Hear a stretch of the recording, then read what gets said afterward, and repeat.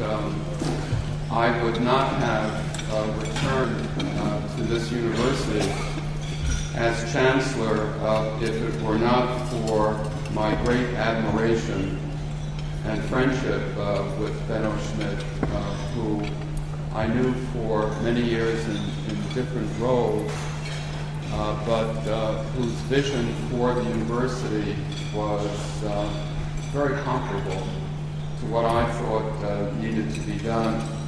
So Benno, I thank you for the work that you continue to do as chairman of this very distinguished board, and I thank you, Paula, for this wonderful award, but I just want to say that I do not accept this award as an individual. I accept this award on behalf of all of my colleagues, because this is not the job of an individual, this is the job of a team of very important and hardworking people, starting with the board. And I notice our vice chairman is here as well, Phil Berry, and thank you, Phil, for coming as well. We have a number of our presidents here who are part of the leadership team, and these are women and men of courageousness and vision, and they work very hard. And of course, our faculty, with whom I have had the pleasure of working on a number of different dimensions, and are extraordinary women and men. And to Peter McNally, I'm delighted to know that you're a Queens College graduate, and I hope that you remember your alma mater. The president is not here today, but I'll make sure that he knows that you were here, and perhaps he'd like to have a conversation with you. My remarks this morning are not about CUNY. It is really a brief journey through some of the things that I see in higher education today, both globally and domestically, that I think need to be discussed. I start with a quote that David Brooks recently wrote in the New York Times, where he said, "Globalization is not about trade or manufacturing. It is about a skills revolution, a move into a more demanding cognitive age. In order to thrive, people are compelled to become better at absorbing, processing, and combining information." I think that in many ways summarizes what some of the challenges that we have in the United States today. There has been a regression, a very serious regression, especially in public higher education today, as a result of enormous amounts of resources that have been taken out of the systems across the United States. Some of the finest state universities today have very, very little state support. The whole way of supporting public universities have changed dramatically, probably in the last 20 years, and that regression away from state support is very, very troubling, and I think we really have to look at the way in which we generate resources for these universities, and if we don't, we are acting in great peril. A friend of Benno Schmidt and a friend of mine, who is the former president of the University of Michigan, Jim Duderstadt, said it very glibly.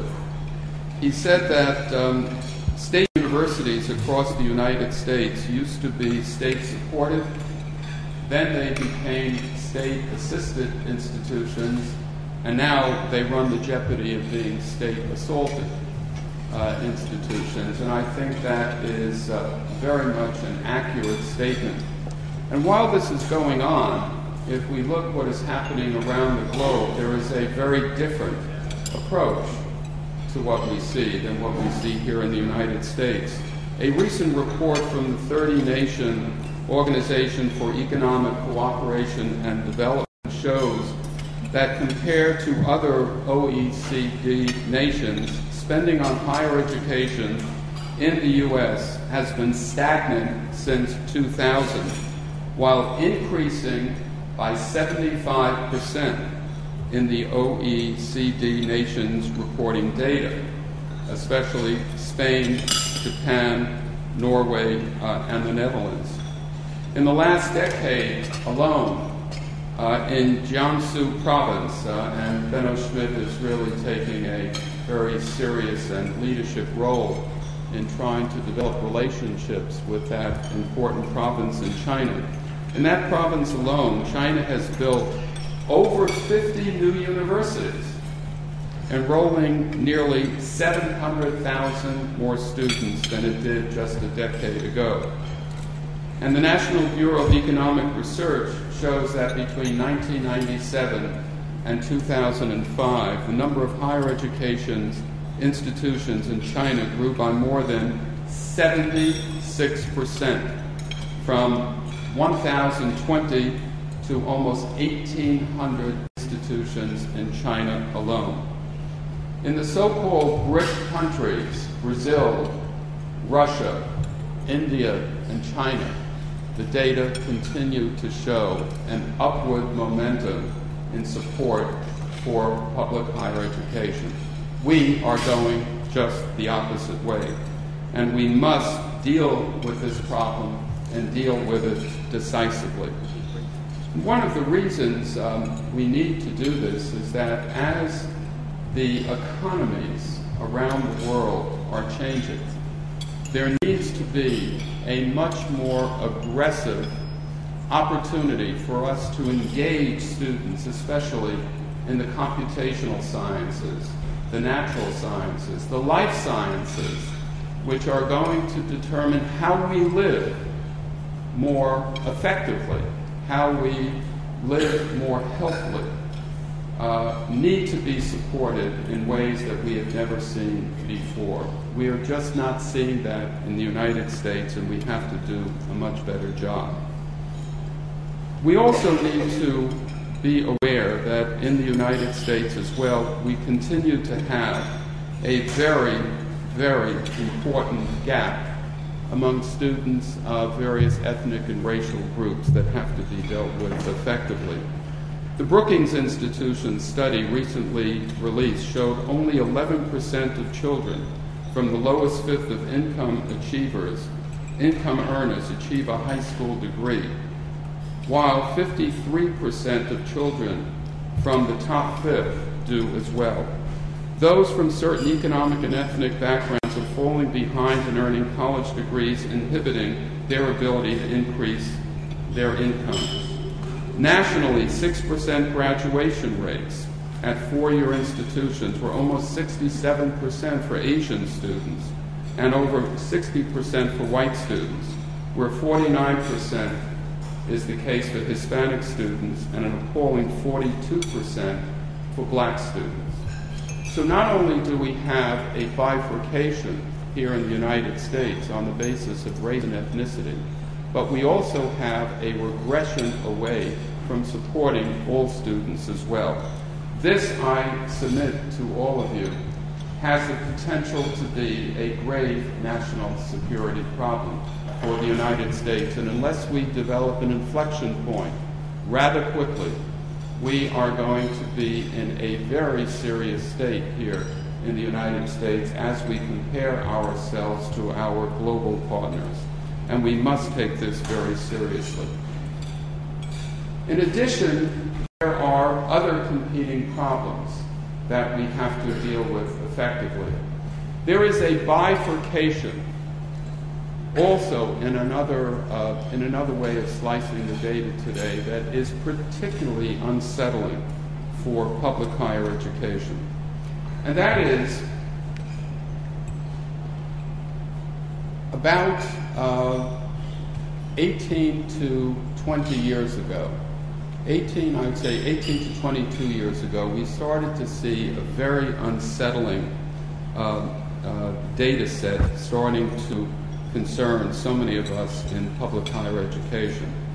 National study of post-secondary faculty show that the percentage of faculty age 55 and older has grown from 24% in 1987 to almost 35% in 2003. Almost a third of the full-time faculty who responded to the survey said they would probably retire in the next 10 years.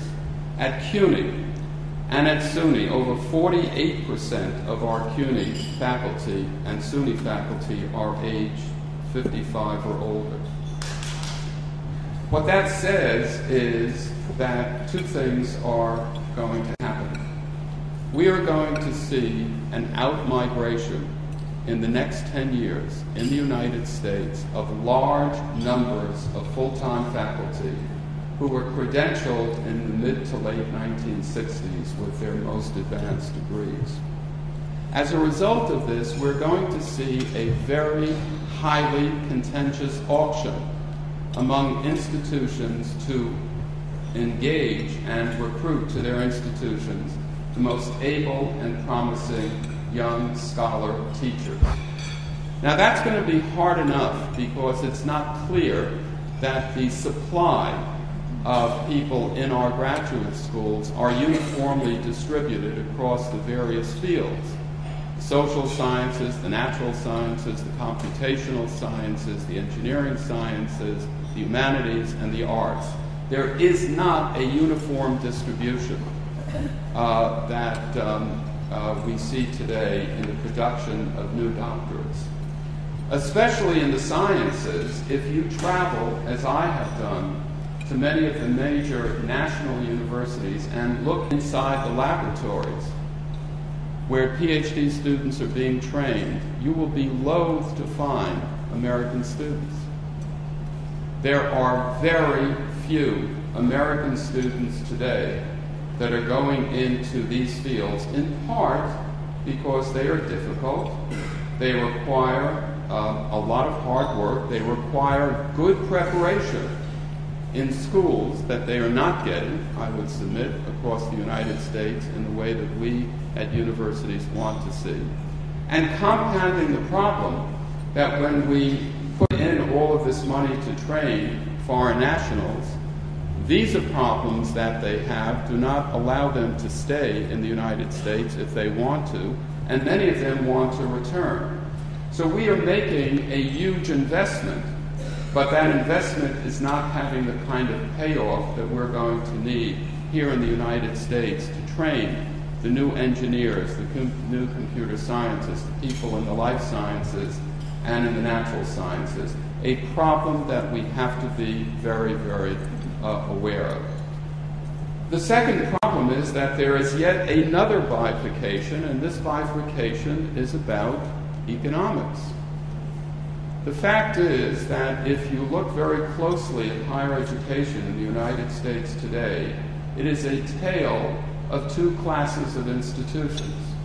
Institutions that have deep endowments, that have resulted from strong alumni giving and inspired asset management of those portfolios, where we've seen great accumulation of capital as a result of good investment policies. Certainly places like Harvard and Yale and Princeton are right at the top of the list, and they have, among many other private institutions and among some of the most distinguished public institutions that also have very high endowments, places like the University of Michigan at Ann Arbor, the University of Texas at Austin, the University of North Carolina at Chapel Hill, many of the University of California institutions. Many of these institutions act as if they are private institutions and have very, very deep endowments that will allow them to participate in this auction that will start in the next few years in a non-competitive way with respect to probably about 4,500 other institutions that have endowments under $10 million. Now, it's easy to get people, to hire people, But it's very hard to get the right kind of people, the people that are really well-trained, and the people that are going to build distinguished institutions. So we're going to have a situation in the United States where a relatively small elite class of institutions, by virtue of their strong capitalization in endowments, will be able to compete for the most promising scholar teachers, which I submit are going to be in short supply to begin with in a number of fields, and then all of the other institutions as well.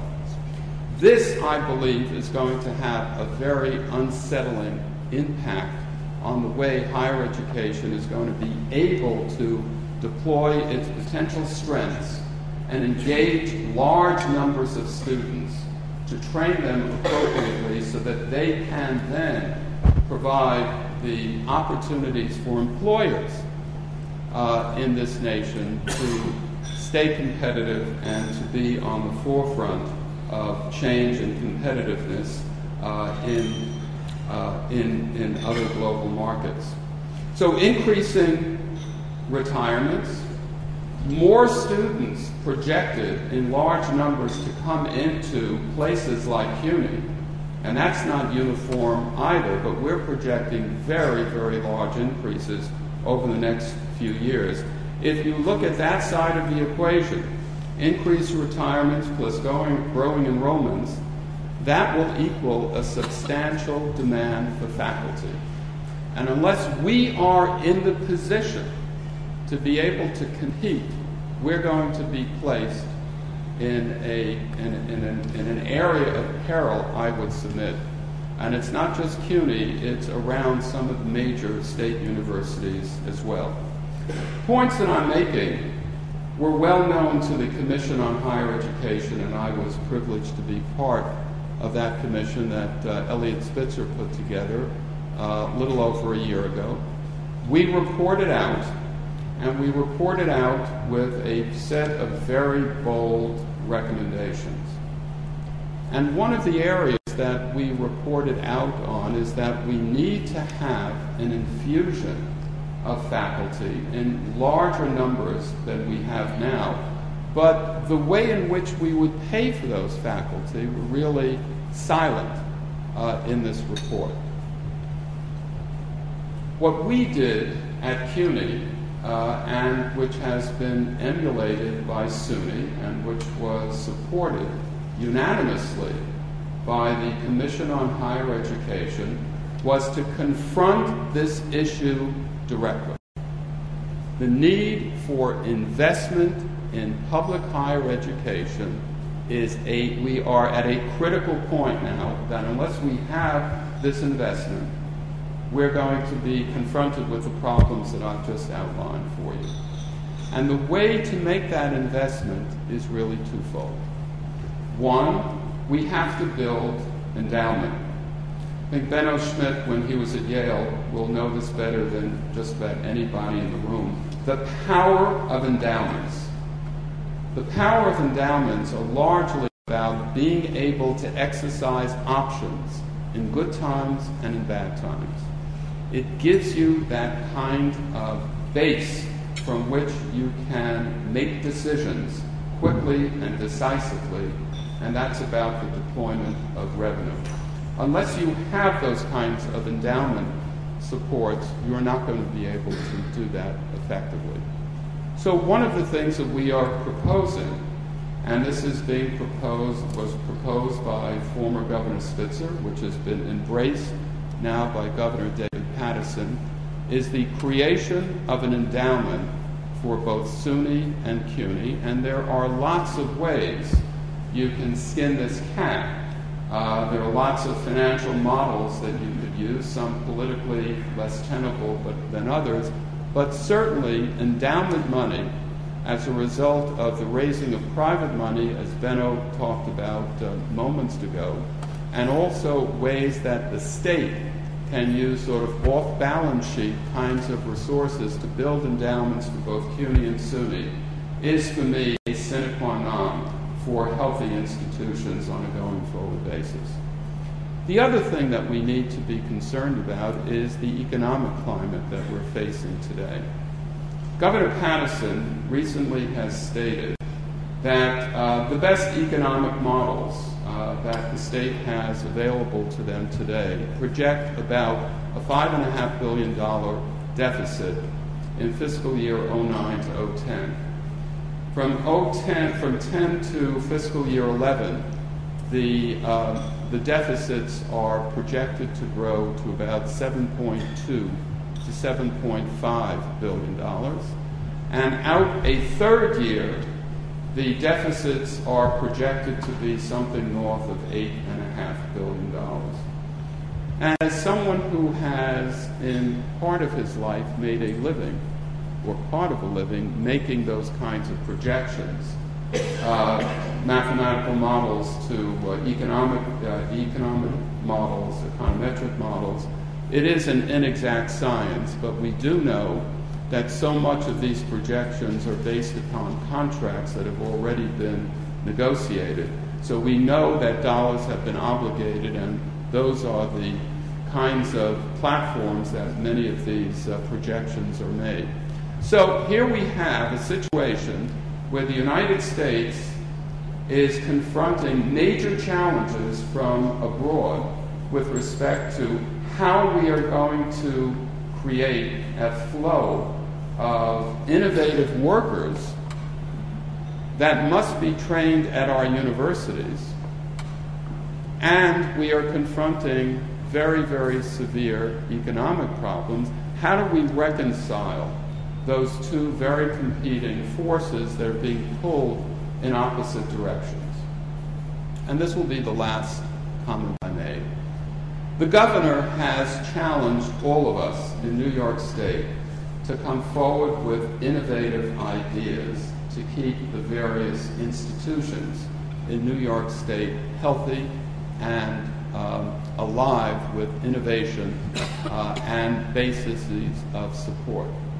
CUNY, 3 years ago, came up with a very different approach to the support of investment in public higher education. We called it the CUNY Compact. That became a central recommendation in the Commission on Higher Education, both for SUNY and for both now the state of New York. And it's a very simple idea. Instead of these public universities doing what they always have done throughout most of their history and laying back to receive revenue from state and local government, the idea is take some responsibility away from government and put that responsibility in other stakeholders that need to be part of the process of generating revenue. And for us, that meant a tuition policy at both SUNY and CUNY that was rational, that made some sense.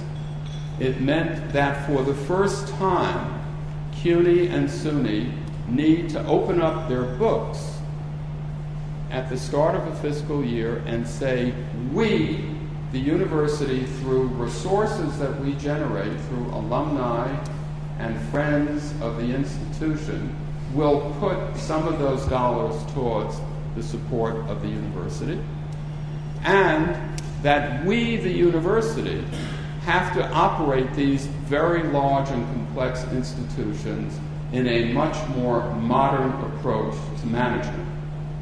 And when you put all of that together, what we said to the state, that instead of we asking you for $1 of investment, give us a portion of $1, 20 to, say, 32 cents on $1, we will generate the other amount of money through other sources. This idea has developed traction, not only here in New York State, but across the country. When we discussed this idea in the early formative stages of the development of this rather bold and different approach to public higher education, the American Council on Education said it was bold, It was imaginative, and it was an approach that has to be embraced in order for public higher education in the United States to move forward and to have the kind of steam that it needs in order to do the training, attract the faculty that it needs, to develop the laboratories that it needs in order to stay competitive. So we have a lot of work to do in the United States, and especially in public higher education. All of you are going to need to be partners in this effort. Are we up to the challenge? Absolutely. There's nothing that I have said this morning that we do not have the capacity to get our arms around and to move aggressively forward. I'm privileged to work with some extraordinary people, presidents.